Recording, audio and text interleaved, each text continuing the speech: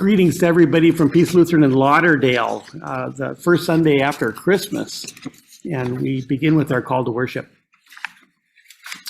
We come together in these dark days. We must look to you now to light our mornings and our evenings. We come seeking renewed joy. We must look now to each other for our spirits to be improved. We come carrying gifts along with the burdens of the year. We now look within to bring tidings of great joy. And this is our Hark the Herald Angels Sing from the Firefly Trio that recorded last year as a gift to us. So here we go. Bear with me.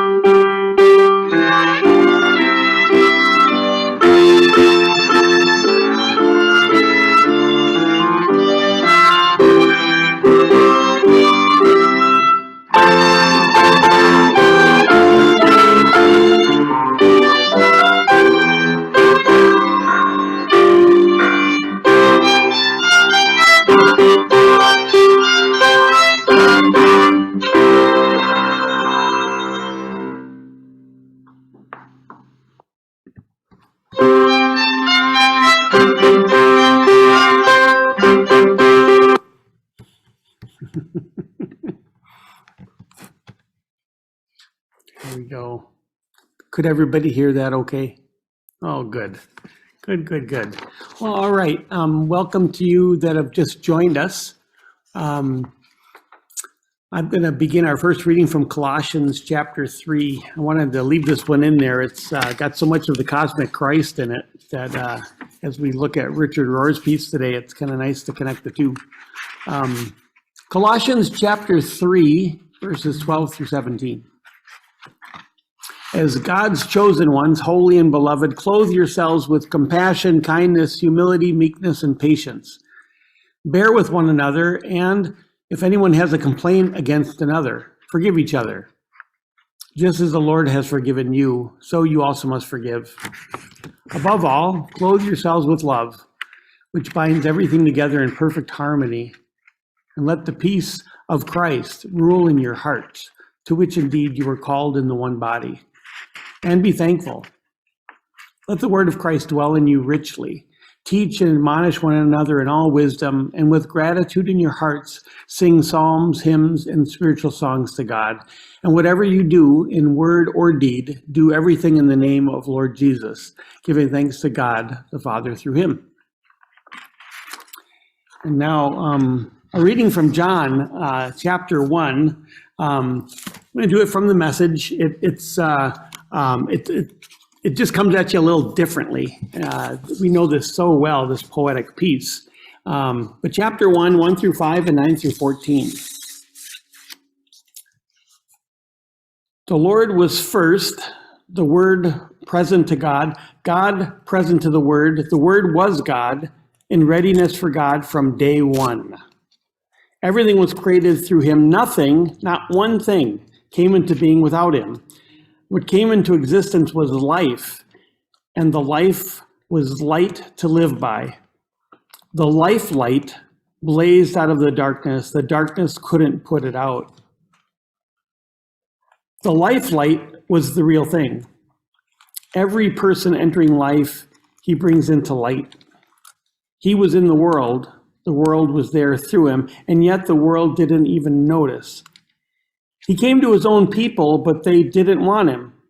But whoever did want him, who believed he was who he claimed and would do what he said, he made to be their true selves. He made them to be their true selves, their child of God's selves.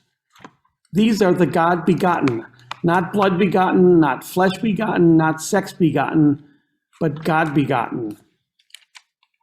The Word became flesh and blood and moved into the neighborhood.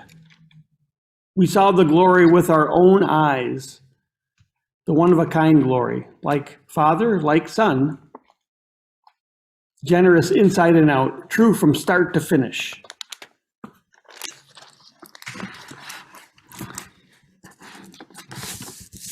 All right. Kind of catch that thing, God is, comes into the world as love and light. Love and light. And so here we go. This is from Richard Rohr just a couple of years ago. And I tried to get a recording of him reading it. There's nothing like hearing him, but I just couldn't make it work. So he begins with, you are not old Catholics. Some of you are old Catholics, but you're not old Catholics. We used to always genuflect. Maybe we should try it. And see how the word becomes flesh. People genuflecting. So Claudia, show us a genuflect. She's good enough. So you cross yourself, and we touch the earth that God has chosen to be a part of, and then you do this motion, right? And then you embody it. By doing something with your hands and even kneeling, it brings a message from your head and even your heart into your body, and your body brings it back. So he made his dwelling, genuflect, among us, and we saw his glory, the glory of the Father's only Son, full of grace and truth. No one has ever seen God, but from the fullness we have all received grace upon grace. Jesus was revealed to him. This is the gospel of the Lord. So somehow making our bodies become aware. Many of these old customs were not just pious or silly. They kept us out of our heads, because when we stay in our heads, we don't get very far, and you won't get very far in attempting to understand this feast or this day by thinking about it. You have to genuflect. You have to bow. You have to kneel. You have to surrender. You have to go to a new place where the ego does not naturally live. I know because it's Christmas, you're surely hoping for some very special sermon. I don't think I have one. Really, because there's only one message. There's nothing new to tell. It's the same message that if you're praying, and that isn't always true for Christians, it goes deeper and deeper and deeper. If you're quiet once in a while, and that isn't always true for Americans, it goes deeper and deeper and deeper. If you're quiet once in a while, and that isn't always true, that's why so many of the songs, more songs than any day of the year, are created for this feast day. And so many of them, if you listen, like Silent Night, are about silence, about quiet, about deep, about mystery. There's really only one message, and we just have to keep saying it till finally we're undefended enough to hear it, to believe it. And the message is this: there is no separation between God and creation. There is no separation between God and creation. And all of my Lutheran professors and colleagues and friends, would start getting in their heads to have arguments about pantheism. But that's the message. There's no separation between God and creation.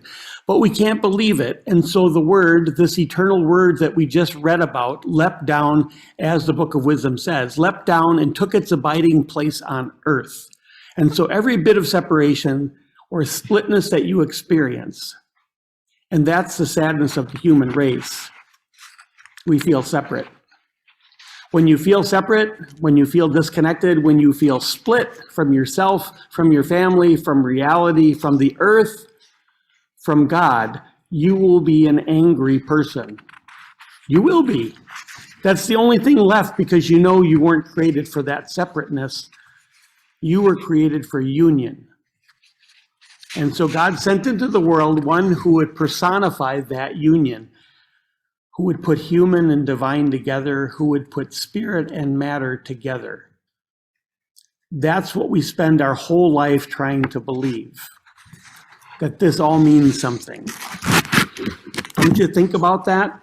Sometimes when you wake up in the morning, don't you wonder, what does all of this mean? What's this for? Is it just to make some more money today? That's going to leave you very empty at the end of your life. Is it just to be famous or have people like you, which feels good, of course, but at the end of the day, you better go deeper and say, what does it all mean? What's it all for? What was I put here for? Where is it all heading? And it's all a school. It's all a school of love. And everything is a lesson. Everything. Every day, every moment, every visit to the grocery store, every shower you take in the bathroom, every moment of your so ordinary life is meant to reveal and to teach, my God, I'm a son or a daughter of the Lord. It's all okay. I'm already home free. There's no place I have to go. I'm already here. But if you don't enjoy that, if you don't allow that, basically we fall into meaninglessness, and that, I'm afraid, is most of our country. Desperately trying to find meaning in politics, in success, in money, and we love winners. We so desperately love winners. This was written just a couple of years ago. We elected someone who says, I don't like losers. And here you are at Christmas worshiping a loser. So you better put that together. He wasn't even a successful pastor. This little child born on this day, his whole life moves into rejection, betrayal, and abandonment, in which he still has to believe that he could be the Son of God. It's the same for him, and it's the same for us. Brothers and sisters, meaning doesn't fall as naturally as this child fell from heaven. You have to surrender to meaning. You have to desire it. You have to seek it. You have to want it. You have to need it. You have to suffer for it. And here, my colleagues and friends and everybody around me, good Lutherans, would say, we have to suffer? Come on, this is the 21st century. I don't want to suffer. And don't talk about sin. And what is suffering? It's the emptying out of the soul so that there's room for love. So there is room for the Christ. And there is room for God. So I've said nothing new. You've heard this all 1,000 times. The only difference is when you begin to believe it, and when you begin to let it move from your head to your heart to your body, to your knee to your belly, until you believe it all the way through, until it gives you joy. And when it gives you joy, you are saved.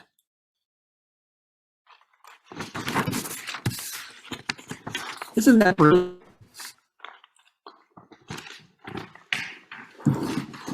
And all the people said, yeah, it's okay. It's all right. It's not a brass band or nothing. It's coming out, and sitting on the couch, at 6 a.m. with Karen before the kids woke up. They didn't wake up till 10. They're getting older when they wake up at 10 on a Christmas morning. And it's sitting there, and I have to confess, as we're sitting there, I said, all these years she's been putting little things in the stockings. That was her job forever. She took it on, and she was tired of it. So the kids and I all three of us said, don't worry about this. From now on, we've got it. And I'm looking at these deflated stockings up above the fireplace with not a thing in them. And I'm just remembering that was our job. She just smiled and said, oh, it's okay. I got some stuff for them anyway. We've got time. It's all right. Even if you forget, it's all right. It's okay. I think that's why Christmas is so special for so many people, whether you've got a lot or a little, and I've had both. It's like you look around and there is something holy that touches the realness of everything. It's not in the flashiness. It's in the cat with no tail.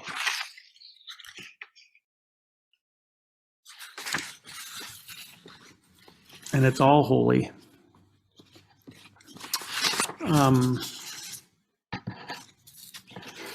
Where did you guys see it? I mean, do you have any reflections on this? Would you like to say anything, or should I keep going right on?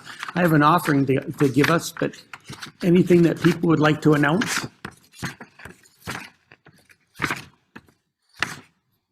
Yeah, it looks like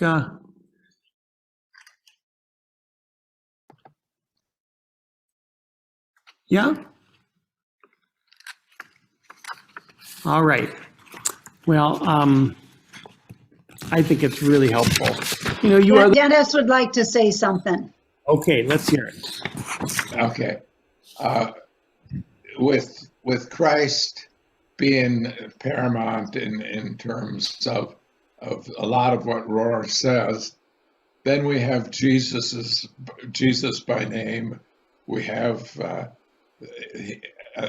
him indicated as the Lamb of God.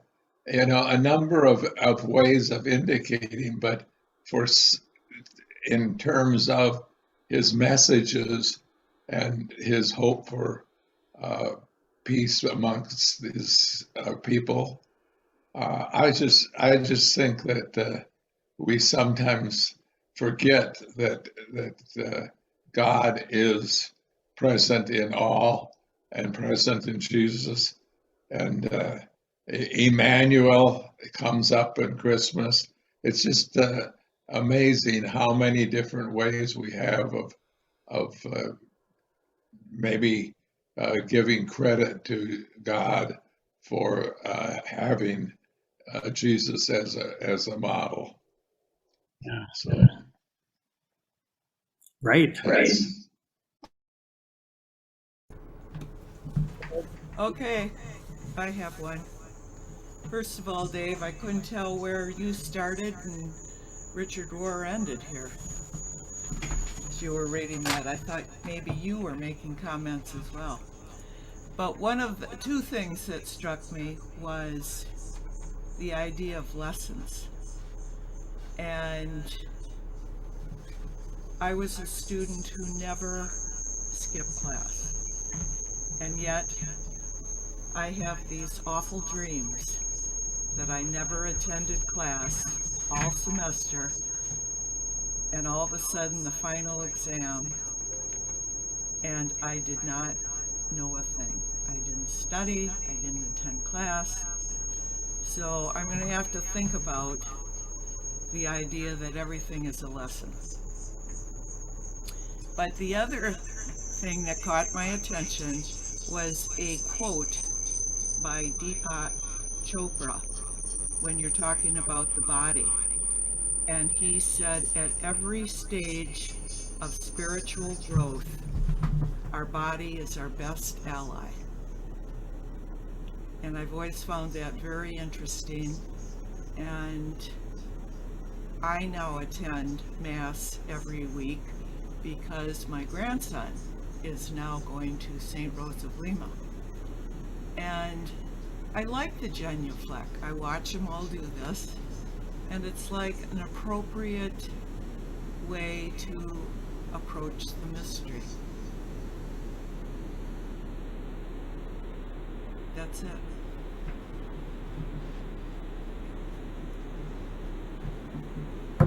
Making our heart and our head and our mind. Some of us are better at heart, some of us are better at the head part, some of us better at the body part, but it takes them all. Different ways of learning. Anybody else? Anybody else? All right, Chris, you have to unmute yourself, Crystal.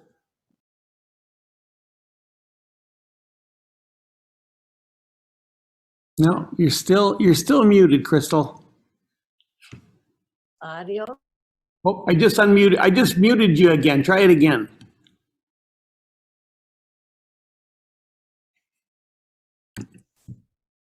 Am I unmuted? Now you're good. Okay. I just had a thought, and I think when I think of Christmas, I think it was the start of Mary and Joseph's family.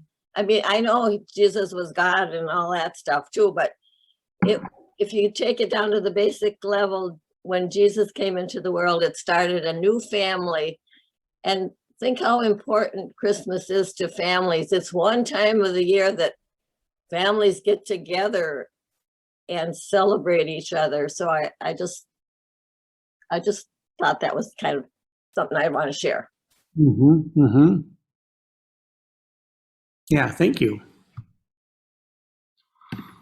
And I would just like to add a genuflection is more than just the sign of the cross. It's getting down, bobbing down to one knee and coming back up. And I, as a child, every day attending Mass, I just did it. I didn't think of it. And this hit me as really a humbling of myself, or a giving in to listen or accept, as Sharon pointed out, accept the mysteries and all of that. And so it really hit me to really interpret what a true genuflection was. But it's getting down on that one knee and up, which is why I didn't demonstrate it in front of everybody, because it's getting harder and harder to do as you get older. But it is a very humbling and giving of yourself to somebody else experience. Yeah. Anna? Yeah, I was going to say something about genuflecting too. I was also raised Catholic, and yeah, that you touch one knee to the floor. And it was always like we had to practice because my mom and dad said, you don't curtsy. It's not a curtsy. You have to touch one knee to the floor and at the same time make the sign of the cross, because if you were curtsying, that's not respectful. So, and one other funny sign of the cross story, I went to private Catholic schools until 3rd grade. And then in 4th grade, I went to a public school. And I was so used to praying in school that at the end of the Pledge of Allegiance, I made the sign of the cross. And I was so mortified, and I was so worried anyone had seen me making the sign of the cross. I only did it one time, and I didn't do it again. That's right. Well, you better be appropriate in where you do it. But I think a part of the thing is just at those times, those are ways for us to get that kind of cemented in there, and the physicalness. And I'm going to show you something. I think I mentioned it the other night that St. Francis, kind of brought the feast day of Christmas basically to life. Before St. Francis, it really was kind of a blip. It wasn't all that important. What was important was the resurrection. Easter. That's the feast day. So he invited everybody to bring their animals to create a living, manger scene. And if you can imagine, well, I'm sure you can. If anybody have pets, or know anybody with pets, there's no controlling them, And even if they're really well behaved, sometimes that's it. But there's nothing more grounding to me than having Orzo, our dog, jump up and just enter in. And so this is Nicholas with Orzo.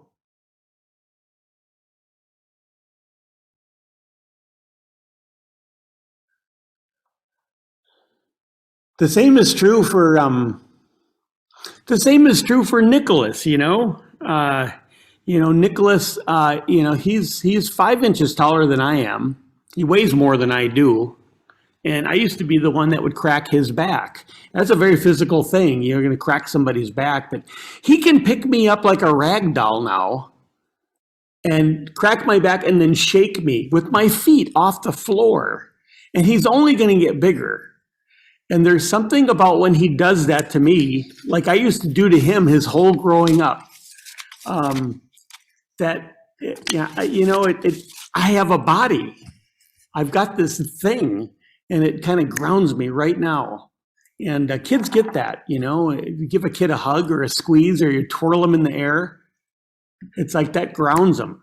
And as adults, we don't do that very much.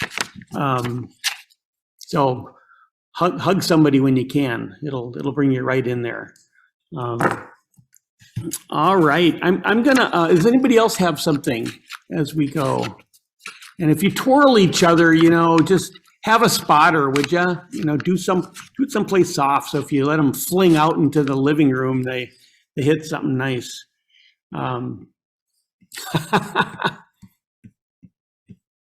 All right. Do you have something, Edie? Or you have to unmute yourself. I was waving at Elsie. She popped into the frame. I see. That's important. All right, we'll get her back here. All right, I'm going to share my screen, and for our offertory, we're going to do Eric Whitaker's "Sing Gently." It's been a while since we've done this.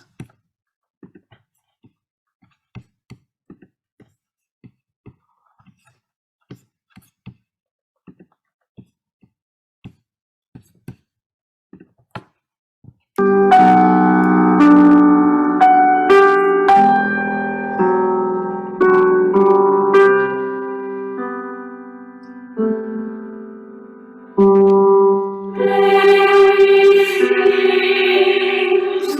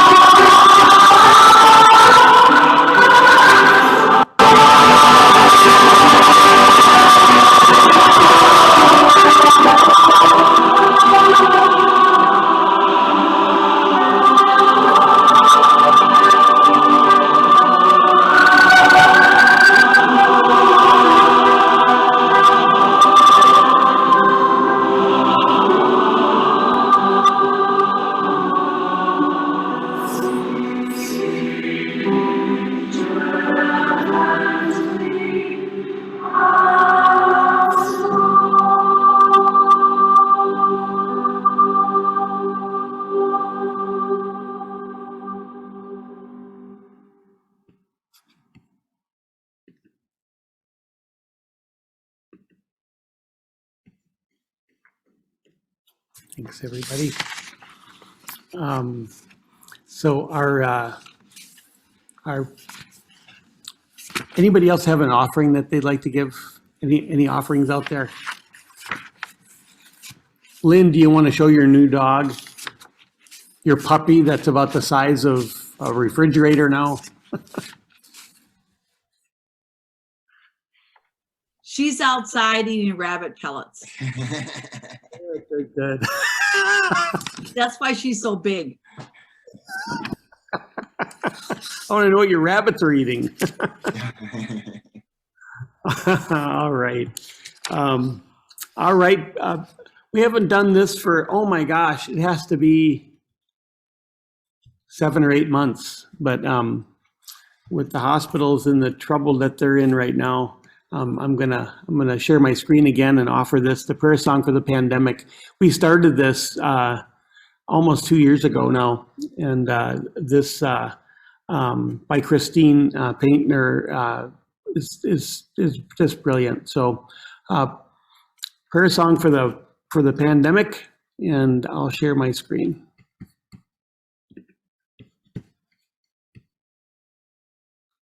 If I can find it.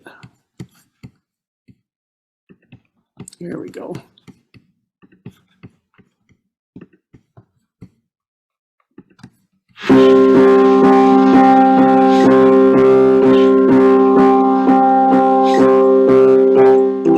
Praise be the nurses and doctors, every medical staff bent over flesh to offer care, for lives saved and lives lost, for showing up either way. Praise for the farmers tilling soil, planting seeds so food can grow, an act of hope if ever there was. Praise be the janitors and garbage collectors, the grocery store clerks and the truck drivers barreling through long, quiet nights. Give thanks for bus drivers, delivery persons, postal workers, and all those keeping an eye on water, gas, and electricity. Blessings on our leaders making hard choices for the common good, offering words of assurance. Celebrate the scientists working a way to understand the thing that plagues us, to find an antidote, and all the medicine makers. Praise be the journalists keeping us informed. Praise be the teachers finding new ways to educate children from afar, and blessings on parents holding it together for them. Blessed are the elderly and those with weakened immune systems, all those who worry for their health. Praise for those who stay at home to protect them. Blessed are the domestic violence victims on lockdown with abusers, the homeless and refugees. Praise for the artists and poets, the singers and storytellers, all those who nourish with words and sound and color. Blessed are the ministers and therapists of every kind, bringing words of comfort. Blessed are the ones whose jobs are lost, who have no savings, who feel fear of the unknown gnawing. Blessed are those in grief, especially who mourn alone. Blessed are those who have passed into the great night. Praise for police and firefighters, paramedics, and all who work to keep us safe.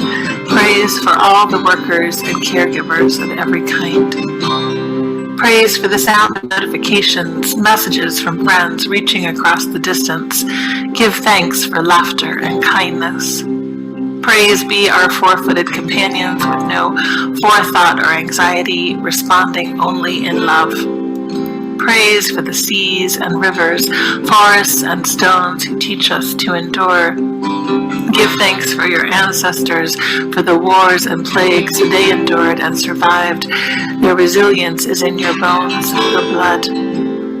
Blessed is the water that flows over our hands and the soap that helps keep them clean each time a baptism. Praise every moment of stillness and silence so new voices can be heard. Praise the chants and slowness. Praise be the birds who continue to sing the sky awake each day. Praise for the primrose poking yellow petals from dark earth. Blessed is the air clearing overhead so one day we can breathe deeply again. And when this has passed, may we say that love spread more quickly than any virus ever could. May we say this was not just an ending, but also a place to begin.